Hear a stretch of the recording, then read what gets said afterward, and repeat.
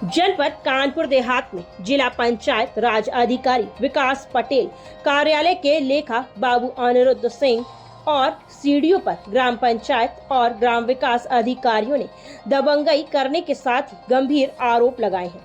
ये सभी अधिकारी गलत कार्य करने के लिए ग्राम पंचायत और ग्राम विकास अधिकारियों पर दबाव बना रहे हैं। इन अधिकारियों के फरमान पर गलत काम न करने पर निलंबन से लेकर कई तरह की कार्यवाही की जाती है। इन सभी अधिकारियों के उत्पीड़न से तंग आकर ग्राम पंचायत अधिकारी समन्वय समिति के नेतृत्व में जनपद के ग्राम पंचायत अधिकारियों और ग्राम विकास अधिकारियों ने मोर्चा खोल दिया है।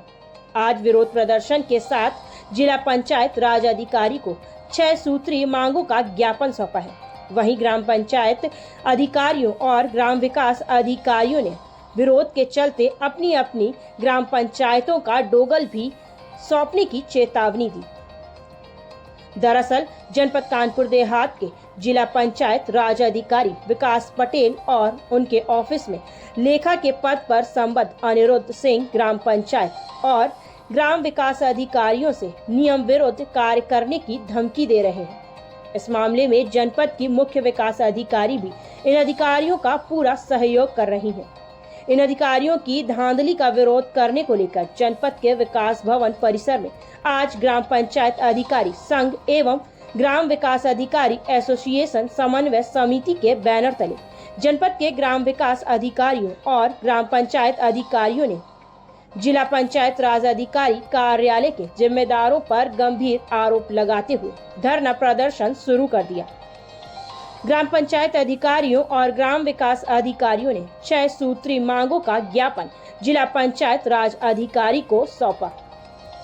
धरना प्रदर्शन कर रहे ग्राम पंचायत अधिकारियों और ग्राम विकास अधिकारियों ने झूठी शिकायतों के आधार पर निलंबन करने का आरोप लगाया। वहीं भूसे की केंद्रीय खरीद और देर रात्रि तक जिला मुख्यालय में बैठक बुलाए जाने का आरोप लगाया।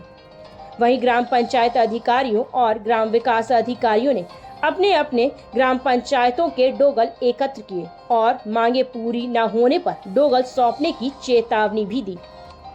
आप लोग जो धरने पर है, इस दौरान जो है कई गांव के प्रभावित होंगे विकास कार्य, इसको लेकर के और आप लोगों की मांगे क्या है, क्या वजह है? देखिए, हम लोगों ने आज एक धरने का आयोजन किया है जिसकी पूर्व सूचना माननीय डीपीआरओ साहब, माननीय मुख्य अधिकारी महोदय, माननीय जिलाधिकारी महोदय को हम लोगों ने 3 दिन पूर्व ही दे दी। हम लोगों की कुछ मांगे हैं, उसमें से प्रमुख मांग एक ये है कि बिना हमारा पक्ष सुने, बिना हमारा पक्ष जाने एक पक्षी और एक तरफा कार्रवाई यहाँ पे हमारे साथियों के खिलाफ की जा रही है। और इसमें यहाँ जिला पंचायत के कार्यालय में एक जिला पंचायत से आए हुए अकाउंटेंट के यहाँ आए हुए हैं जो अमृत कुमार, और वो डीपीआरओ कार्यालय में संबद्ध हैं।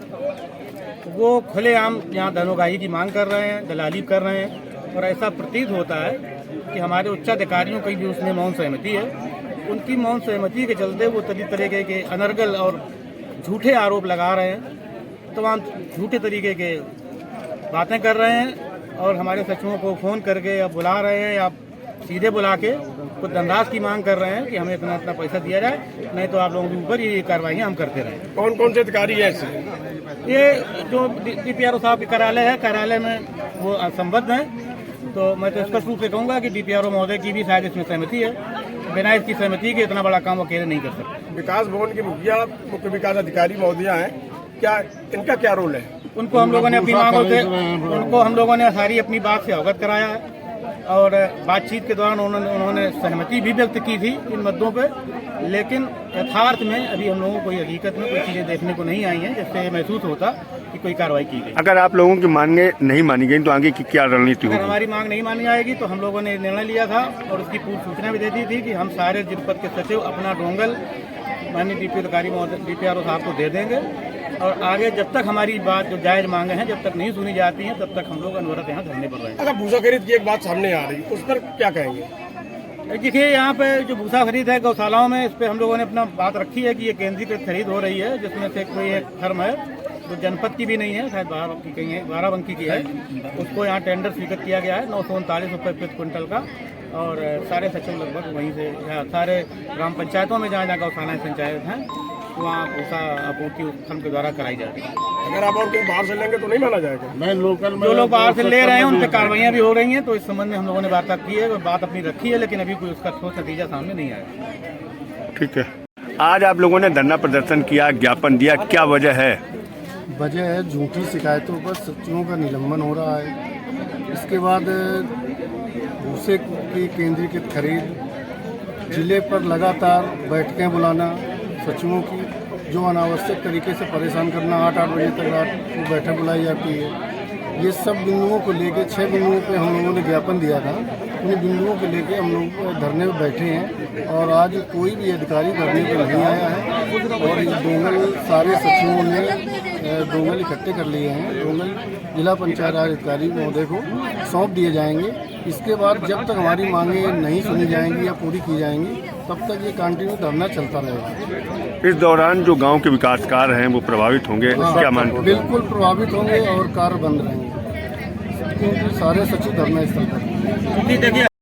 आज विकास भवन परिसर में प्रदर्शन किया गया आप लोगों के माध्यम से, क्या वजह इसकी? इसकी वजह हमारी 6 सूत्री मांगों की है और 6 सूत्री मांगों का कोई ऐसी उसमें कोई भी समस्या नहीं है जिसका समाधान जिला के प्रशासन ना कर सके।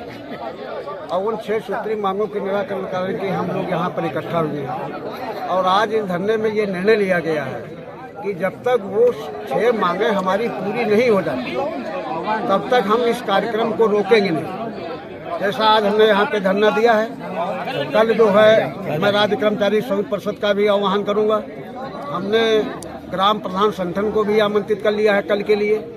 तो कल हमारा यहाँ 2 घंटा धरना देने के बाद में लगभग 1:30 बजे हम लोग पैदल मार्च यहाँ से लेकर के कलेक्ट्रेट तक हम पैदल मार्च निकालेंगे, जिससे आम जनता भी समझे कि आखिर ये कर्मचारी क्यों उद्यम मचा रहे हैं, क्या इनकी समस्या है। हम जनता को भी अपने साथ में जोड़ेंगे।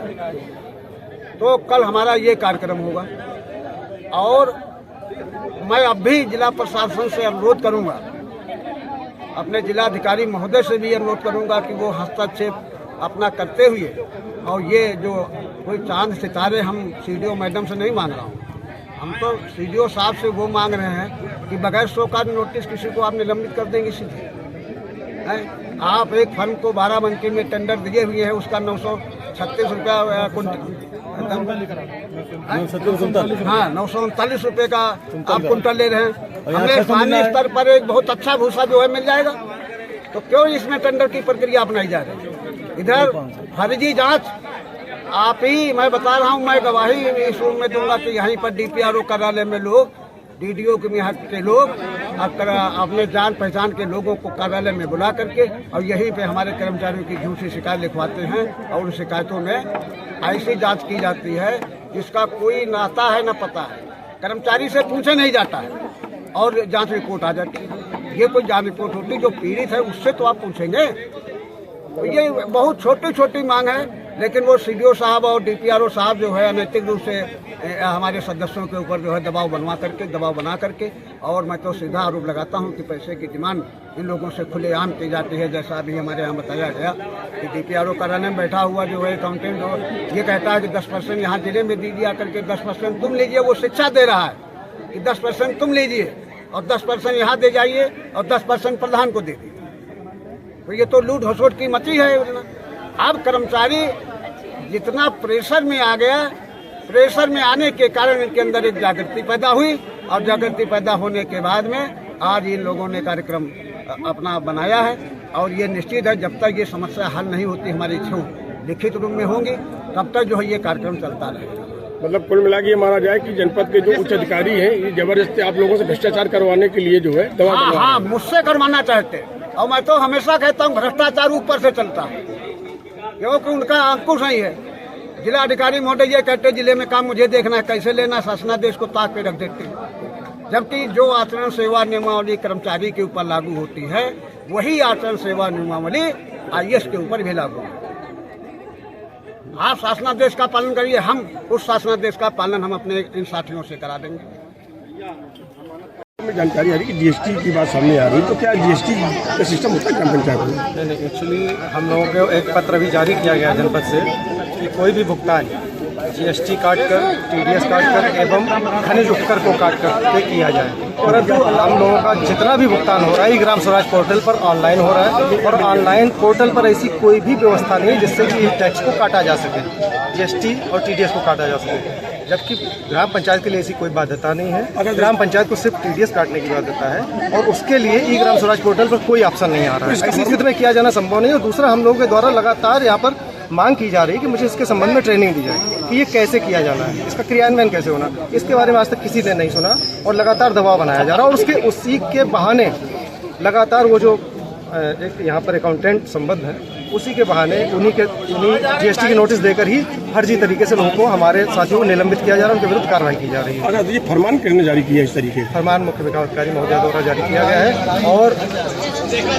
इसी फरमान के पहले इसी आधार पर कई लोगों का निलंबन गलत तरीके से किया गया है। ठीक है।